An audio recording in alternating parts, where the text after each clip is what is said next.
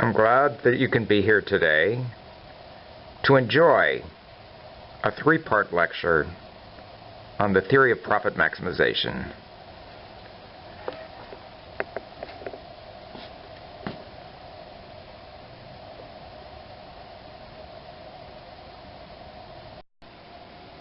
Okay, folks, let's begin with a quick review of what we did on Tuesday. Remember, we got this company, Sun Bottles. We have a description of their production function with the number of employees and the number of bottles per day. And we learned that as they expand their production, they run into congestion after they hire their third employee. And that just means that the additional output generated by additional workers starts to decline. And we said that that was because of congestion, and that it's an illustration of the law of diminishing returns. Congestion just means that additional workers start to get into each other's way, that the production technology, the machines that are used to produce the bottles, is maybe in some sense ideal for 3 workers, and so additional workers are still adding to output, but not as much. And then we moved from quantities to costs. Here we have the production function again, but off to the right we have a sequence of different cost concepts. And let's just remind ourselves of the most crucial one right now, which is marginal cost. We said that marginal cost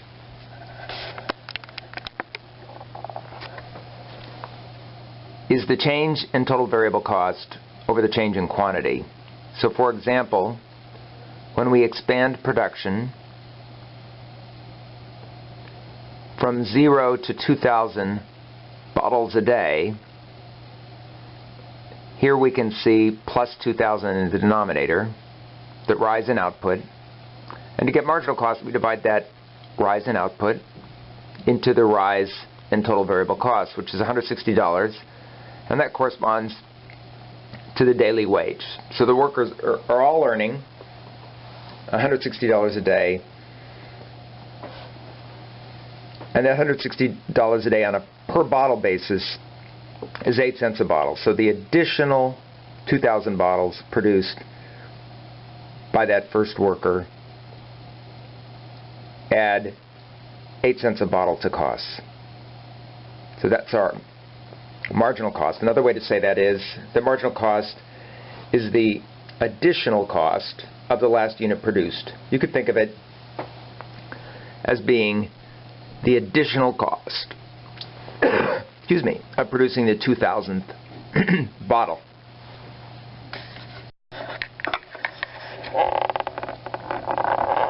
So, as we continue with these foundations, let's just do 2 more things before we actually start to talk about profit maximization.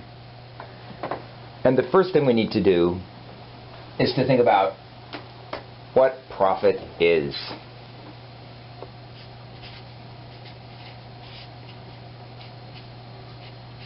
And of course, profit is total revenue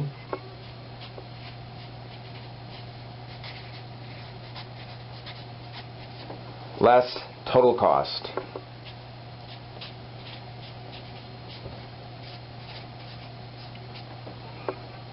And we talked before about total revenue. It's of course P times Q.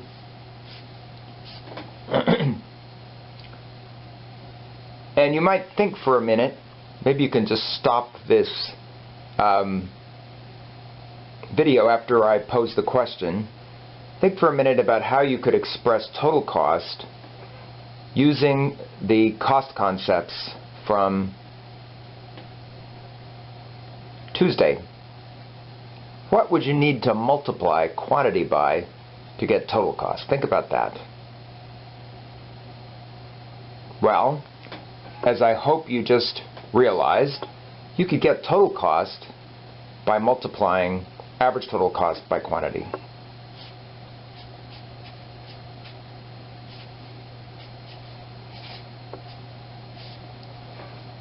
So there's a shorthand way to figure out profit. And if we wanted, we could factor those Q's out of there and get another expression for profit that's even handier.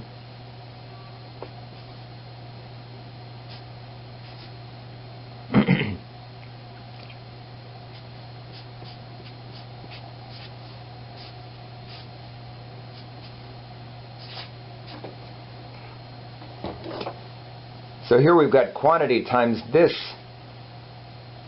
stuff that's inside the parentheses, and I'd like you to think about what that is. What does price minus average total cost mean? If you were going to explain it to a 5th grader, what would you say? And maybe stop the video for just a second and think about that. Well, as I hope you realized, you could say that price minus average total cost is profit per unit. For example, with really simple round numbers, if you had a product that was selling for $8 and the average total cost of producing it was $7, right? This would be $1, and that would be the profit per cake. Say these are $8 cakes that you're selling that cost you $7 to make. So you're making $1 per cake, and if you produce 200 cakes a day, your profit is $200 a day. Okay? So the main thing here is never, ever, ever confuse this with that. Sometimes people, when they're feeling a little tense on an exam, they get these things confused. And remember, total revenue is the total amount we're bringing in from selling our cakes, and when we haven't accounted for what they cost to produce it all. So total revenue is a very different thing from profit. And this is the thing that we're saying companies are trying to maximize. So when we get to part 2 of the lecture, we're going to ask ourselves, how would a company pick the quantity they produced such as to maximize their profit?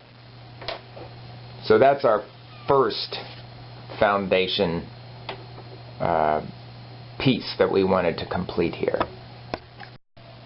So we've talked about profit. Let's talk about the other foundational concept, the market and the firm.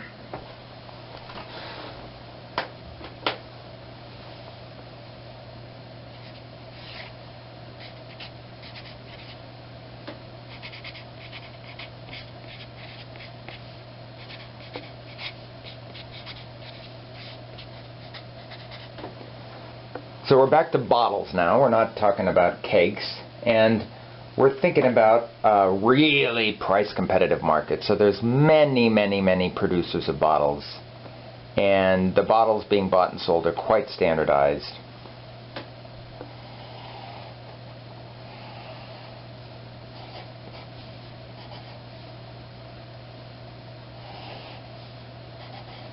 So here's our demand curve, all the buyers and their responsiveness to prices described here.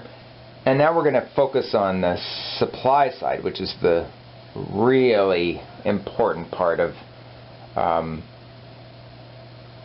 this diagram.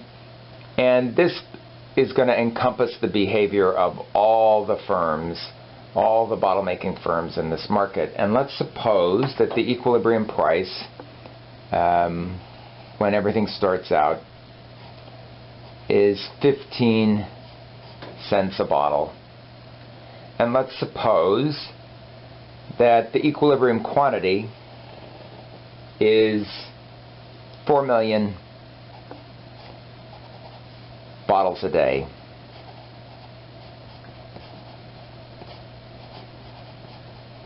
So maybe there's 200 firms roughly the size of Sun Bottles in this market, and each one of them is making a profit maximizing decision and deciding how much to produce, and we end up with quantity demanded matching quantity supplied at this price of 15 cents. So this is the entire market. This is all the firms together and their behavior. And let's think about Sun Bottles. And we could put their situation just over here to the right. We're going to think about their quantity and the demand curve that they face. And the interesting thing about this is that they face a demand curve that's horizontal. Maybe we'll just make it black, a nice black demand curve. And it's horizontal at the market price, 15 cents.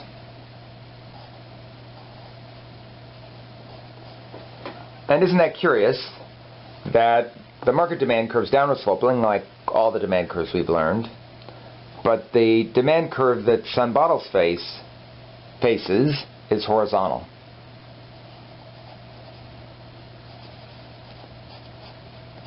So I'd like you to think about it for a minute and see if you can figure out why that is. Why downward sloping here, but when we talk about the situation of a single firm, horizontal. And you might just turn off the video for a second and think about that.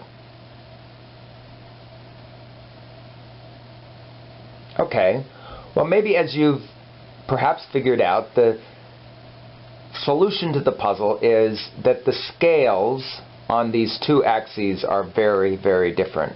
If you look at the quantities that Sun Bottles produces in the handout from Tuesday, they range from say around 0 to around 20,000.